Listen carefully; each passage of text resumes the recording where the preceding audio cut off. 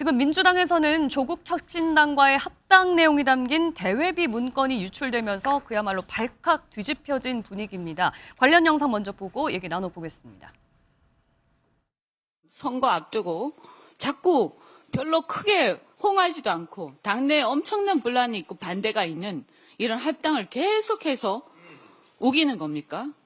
그러니까 자꾸 이상한 의심들이 나오는 겁니다. 언론에 보도된 합당 절차 및 추진 일정 검토한 문건으로 이번 합당 제안이 처음부터 결론을 정해놓은 답정료 합당이었다라는 정황이 드러났습니다. 합당 추진 일정이 아주 상세하게 짜여진 문건이 나왔습니다. 언론에서. 그야말로 이 문건이 사실이라면 밀당을 한 겁니다. 합당 밀약이죠. 의견이 다르다고 해서 밖으로 나가 따로 목소리만 높이면 마치 당이 부진한 것처럼 보이게 하는 건 오히려 당을 멈춰 세우고 흔드는 일입니다.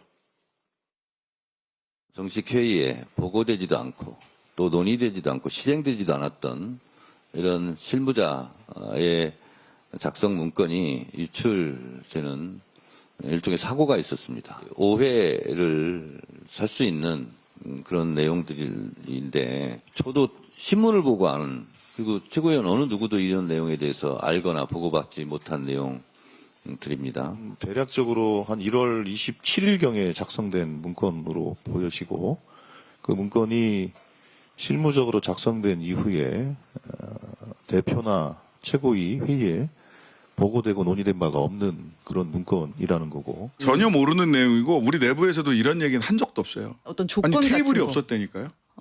테이블이 없었어요. 네. 테이블이 없었는데 어떻게 얘기를 합니까? 예, 어제 한 언론을 통해서 이 내용이 공개가 됐죠. 합당 일정, 방식, 이런 내용 등이 담긴 한 7페이지 정도의 문건이 이제 공개가 됐는데 이게 대외비였다는 거예요. 그런데 당대표도 몰랐고 지도부도 몰랐고 그런 문건 때문에 지금 민주당이 발칵 뒤집혔는데, 안 그래도 미략설까지 나왔던 이 상황에서 거의 불을 지핀 셈이 돼버렸거든요. 어떻게 보십니까? 일단 뭐 결론적으로 얘기를 하면 예. 합당이 성사되기는 좀 어려워 보인다. 이렇게 말씀을 드릴 수가 있겠습니다. 네. 제가 그렇게 전망하는 이유는 지금 이제 합당을 반대하는 측, 정확하게 얘기하면 뭐 반청이라도 할 수가 있고 친명이라고 할 수가 있는데, 예. 여기서는 지금 계속해서 합당을 사전에 미략을 했다. 그리고 답정너 합당이다. 예. 그러면서 정청래 대표가 책임을 져야 된다라는 것까지 나가고 있는 상황에서 지금 합당과 관련된 실무 문서가 나왔거든요. 예. 여기에 대해서 지금 뭐 정청래 대표는 단순한 실무 추진 문건이었고 자신은 보고도 안 받았다라고 하는데, 지금 뭐 반대 측에서는 합당 미력 문건이다라고 하는데, 이게 지금 작성된 시기가 1월 27일이라는 거예요. 예. 최초적으로 이게 문제가 됐던 게 최고위에서 1월 22일인데, 그렇다면은 1월 22일 날 정청래 대표가 제안을 한 이후에도 이걸 이렇게 구체적으로 문건을 만들어 나갔다라는 것은 예. 정청래 대표가 반대에도 불구하고 계속 밀어붙이겠다라는 근거가 되기 때문에 일방적으로 가고 있다라는 이제 그런 공격에 직면할 것 같고요. 예. 무엇보다도 더 문제가 되는 것은 지금 이재명 대통령의 임기가 8개월밖에 되지 않았습니다. 예. 그렇다면은 집권당에서 대통령이 국정 운영에 집중할 수 있도록 뒷받침을 해야 되는데, 지금 합당 추진 논란은 정확하게 보면 본질이 권력투쟁이 아니다라고 말할 수가 없어요. 네. 작게는 8월 전당대회 때 과연 당권을 정청래 대표가 연임하느냐, 네. 아니면 김민석 총리가 가져가느냐라는 성격이 담겨 있고, 더 나아가서는 차기의 대권을 과연 그러면은 김민석 총리 또는 뭐 정청래 대표 아니면 조국 혁신당 대표가 가져가느냐, 이런 문제와 관련되기 때문에 네. 더 이상 밀어붙이기는 좀 어려운 상황이 아닌가. 그래서 10일 날 이제 의총이 열리는데, 네. 이 10일 날 의총이 굉장히 중대한 분수령이 되지 않을까, 이렇게 전망이 됩니다. 사실상 합당은 이제 물 건너간 것이 아니냐라는 거거든요, 장성훈.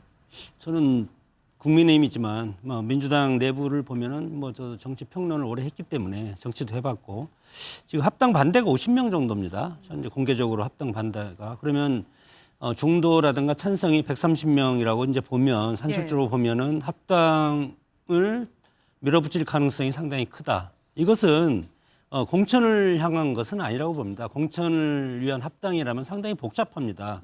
왜냐하면 지방선거는 구의원, 시의원, 군의원, 도의원 그리고 구청장, 시장 여러 가지 많기 때문에 이것을 어떻게 구별로 나눌 수도 없고 상당히 복잡하고 국회의원 정도면 몇 석, 서울에 몇 석 이렇게 해서 7대3 이렇게 해서 나눠주면 그것은 일정 부분 가능한데 그러나 왜 이 시점인가? 이것은 권력 투쟁, 조기 권력 투쟁이 으로 구도를 설명 안 하면 할 수가 없는 그런 거기 때문에 지금 조국혁신당은 결국은 저는 친문이라고 생각이 듭니다. 예. 그리고 나머지 정청래 현 대표도 과거에 이재명 당시 대표라든가 이재명 의원은 상당히 비판을 많이 했지 않습니까? 예, 예. 그렇기 때문에 지방선거를 앞두고 지방 권력을 통해서 총선으로 가기 전에 교두보를 확보해야만이 네네. 총선 앞둔 지난 당대표 선거에서 8월 당대표 선거에서 우위를 점할 수 있다. 네. 그런 전략적인 측면을 고려하기 때문에 정청래 대표는 그러면 당대표가 이런 내부적인 합의도 없는데 왜 합당을 제의하겠습니까? 그것은 일정 부분 강력하게 추진하겠다는 예. 그런 권력 투쟁적인 성격이 상당히 강하기 때문에 예. 저는 밀어붙일 가능성이 크다고 봅니다. 합당을 어떻게든 하게 될 것이다. 지금 정청래 대표가 선수별로 만나서 그러니까 초선 의원들 따로 만나고 삼선 의원들 따로 만나면서 지금 소위 경청의 시간을 갖고 있잖아요. 이렇게 의원들을 각각 좀 만나서 얘기를 듣다 보면 이 민주당 내 갈등을 좀 잠재울 수 있을 거라고 보십니까? 지금 그 정청래 대표가 사실 뭐 합당을 결정한 게 아닙니다. 결정한 예. 게 아니고 합당을 이제 제안을 한 거고 또 제안하는 과정에서 이제 당내 이제 선수별 의견도 그렇고 당원 의견도 그렇고 네. 여러 의견을 듣겠다는 입장이거든요. 듣겠다는 입장이고 이런 차원에서 당장 10일 의원총회 소집을 요청을 했고 예. 또 전당원 여론조사 얘기도 나오고 있고. 근데 사실 그 조국 혁신당과 민주당의 합당은 결국 우리가 가야 할 길입니다. 이미 대선도 같이 치룬 상황이고 예. 그리고 뿌리도 같기 때문에 어차피 가야 할 길인데 네.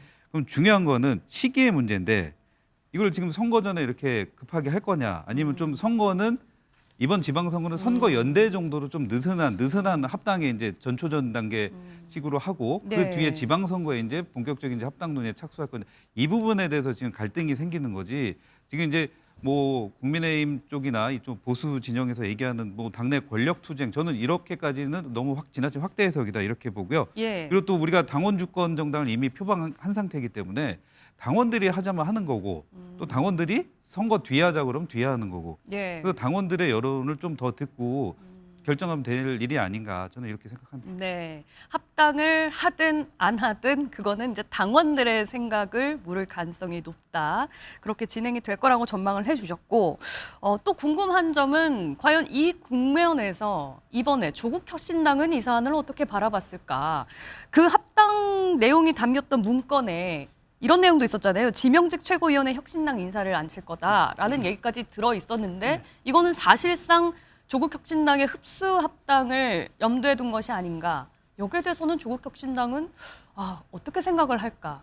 황당할 거예요. 제가 네. 생각해보면 논의조차 하지 않았는데 우리는 벌써 지분이 정해졌어요. 네. 너희는 이것만 해. 겹방가 들어오서 사랑방 하나만 차지하고 안방은 우리가 계속 유지할게. 네. 뭐 당명도 우리가 다 가져가고 이런 식으로 가면은 사실 이 합당에 있어서 가장 먼저 전제돼야 되는 거는 합당을 왜 해야 되는가? 가치관은 무엇이고 명분은 무엇이고 이것이 우리 정치에 어떤 또 순기능을 끼칠 것인가? 우리의 방향은 어떤 것인가? 이걸 나가야 되는데 이 얘기는 사라지고 지분 얘기하고 당명 변경하고 그다음에 조국혁신당에는 한 자리 띄워주면은 지명직 한 자리 띄워주면 더 될 겁니다라고 과거 합당 사례까지 분석을 하는 건데 이러다 보니까 제가 보기에 이제 이 합당은 설령선 이루어질 것 같아요. 이루어지지만 네. 이건 정말 껍데기만 합당하는 것이다. 그런 측면에서 국민의 지지를 받을 수도 없을 뿐더러 네. 오히려 민주당의 권력 투쟁화하는 이른바 윤 어게인이라는 얘기 대신 요새 문 어게인이라는 얘기도 있어요. 그러니까 결국 이 합당은 문 어게인이라는 얘기들이 있기 때문에 네. 이런 점들이 잘 설명되지 않으면 내용은 계속 될 거라고 저는 봅니다. 조국 대표가 오늘 오전에 이제 SNS에 글을 올렸습니다. 지금 화면에 나가고 있는데요. 합당에 반대하는 이들을 향해서 조금 더 우려스럽다라는 취지로 얘기를 했거든요. 합당 반대론자들의 행태가 우려된다. 적으로 규정하고 합당 찬성론자들을 오히려 적으로 규정하고 이렇게 달려든다. 이 말은 합당은 하는 쪽이 맞다라는 건가요? 어떻게 해석하십니까? 뭐 사실상 본인이 노골적으로 합당 찬성에 대한 입장은 밝히지 않았지만 예. 정청래 대표를 만난 이후의 뉘앙스가 사실상 합당에 찬성하는 그런 움직임으로 계속 갔지 않습니까? 네. 그러면서 먼저 민주당이 결정을 해라. 그러면 우리가 결정하겠다라는 것도 사실 우회적으로 합당을 찬성하는 이제 그런 입장인데 예. 지금 뭐 합당을 반대하는 세력들에 의해서 합당이 자초될 수 있는 그런 위기 상황까지 온 것 아니겠습니까? 네. 그래서 어떻게 보면은 합당 반대론자들을 공격하면서 합당을 좀 할 수 있도록 동력을 좀 불어주기 위한 그런 메시지가 아닌가 해석이 됩니다. 네. 일각에서는 이번 합당 논란이 오히려 당 내홍만 더 키운 것이 아닌가 이제 이런 지적들도 하고 나오고 있는데 정청래 대표의 리더십에는 어떤 영향이 있을 거라고 보세요? 그 사실은 지금은 이재명 대통령의 시간이거든요. 예. 이제 뭐 직원 8개월 정도 되셨고 그리고 지금 여러 국정 성과가 계속 이렇게 발표되고 있고 또 많은 또 성과가 나오고 있는데 이 부분이 지금 저는 좀 한편으로 좀 안타까운 부분이 이런 그 국정의 성과들이 이런 당내 요 내용처럼 비춰지는 게 좀 부담되는 건 있는데 어쨌든 예. 3월 5일이 공직자 사퇴 시한입니다. 법적으로 출마를 하려는. 그 전까지는 이 부분이 빨리 조속히 매듭이 지어지길 바라고 있습니다. 네, 알겠습니다.